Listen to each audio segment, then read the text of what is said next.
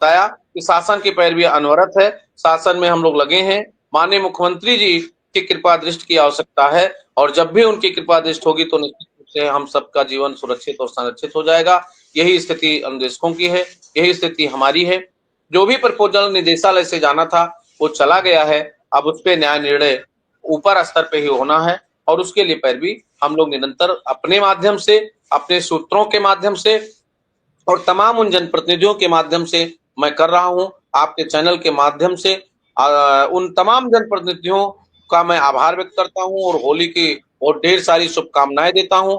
आदरणीय श्री चंद्र शर्मा जी को, आदरणीय उमेश द्विवेदी जी को, आदरणीय वीरेंद्र बहादुर जी को, आदरणीय उमेश द्विवेदी जी को, आदरणीय ढिल्ले साहब को, आदरणीय बाबूलाल त्रिपाठी जी को, आदरणीय देवेंद्र सिंह को, आदरणीय ध्रुव कुमार त्रिपाठी जी को और सहित जितने भी आदरणीय महाराज सिंह जी जो बरेली से एमएलसी हैं, आदरणीय राघवेंद्र शर्मा जी, जो लोग माननीय मुख्यमंत्री जी के पास जा करके और हम लोगों के लिए संघर्ष करने का काम किया है, ऐसे लोगों को, आदरणीय आशुतोष सिन्हा जी को, आदरणीय मान सिंह साहब को, उन सबको, उन तमाम जनप्रतिनिधियों को जो हमारे लिए चिंतित हैं, हम उनके प्रति हमारी संवेदनाएं हैं, हमारे प्रति उनकी संवेदनाएं हैं और वो सदन में हमारे लिए संघर्ष करते हैं। अभी सत्ता पक्ष के लोग हमसे कहते थे सत्ता पक्ष का कोई नहीं बोलता है। आदरणीय महाराज सिंह जी, आदरणीय श्री चंद्र शर्मा जी जो हमारे संरक्षक के रूप में हमारी भूमिका में काम कर रहे हैं, उन्होंने सदन में भरी सभा में माननीय मुख्यमंत्री से अनुरोध किया, सभापति जी से भी अनुरोध किया। हमारा जो प्रकरण था उन्होंने बड़ी गंभीरता से उठाया। इसके लिए उन सबको इस होली के पावन पर्व की ढेर सारी शुभकामनाएं, अपने तमाम साथियों को शुभकामनाएं, आपके चैनल के माध्यम से जुड़ी हुई लोगों को शुभकामनाएं। बहुत बहुत धन्यवाद। चलिए शुक्ला जी, ठीक है, आप चूंकि जनप्रतिनिधि हैं तो आपके साथ लोगों की मुलाकात का सिलसिला भी रहता है। बैठे हैं सर, हम दूसरे के यहाँ ही बैठे हैं, अभी देखिए चलिए आप। ठीक है, ठीक है, ठीक, ठीक है, नमस्कार। ठीक है, प्रणाम जी नमस्कार। आपने बात सुनी, शिव कुमार शुक्ला जी ने पूरी बात बताई और विक्रम सिंह घर से निकल पड़े हैं दिल्ली के लिए, चूंकि 17 तारीख को अनुदेशकों की केस की सुनवाई है। विक्रम सिंह कल पहुंचेंगे, कल और परसों 2 दिन केस की तैयारी करेंगे और 17 तारीख को शिक्षा मित्रों के केस की सुनवाई इलाहाबाद हाई कोर्ट में है, जिसके लिए जितेंद्र भारती भी पूरे प्रयासरत हैं।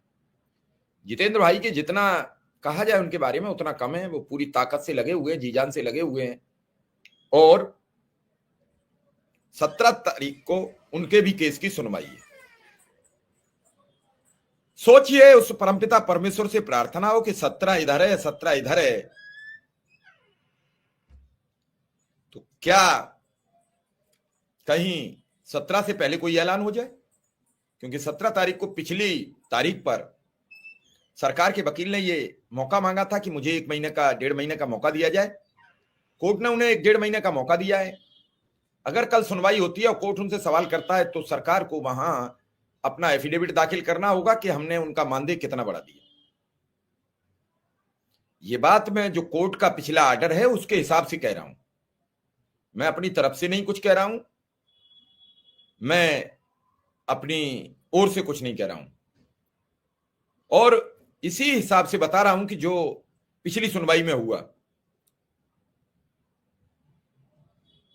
कल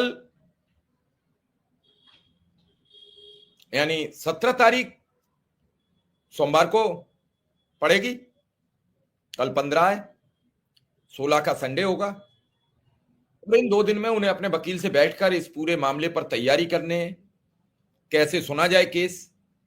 बीच में कुछ लोगों ने आपसी जो विरोधाभासी था उसमें बातचीत कराने की कई शिक्षा मित्रों ने प्रयास किया, तो वो ऑडियो वायरल हुआ, क्या हुआ उसके बाद फिर कितनी बात आगे पड़ी अब तक किसी को कुछ पता नहीं। लेकिन एक बात जरूर तय हुई कि उस प्रोग्राम के बाद फिर एकदम खामोशी सी छा गई।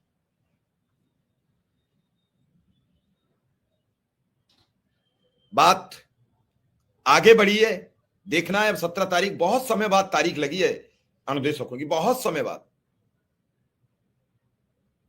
लगातार सुनवाइयां हो जाए, लगातार आदेश हो जाए, सुप्रीम कोर्ट एक सख्त टिप्पणी दे दे या फिर हाई कोर्ट इलाहाबाद सख्त टिप्पणी दे दे कि अब तक आपने मानदेय मेरे 1 वर्ष के कोर्ट ऑफ कंटेम्प्ट पर ध्यान नहीं दिया।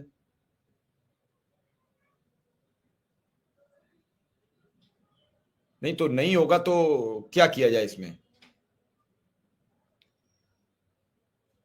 आपने मन में ये पाल लिया है, आप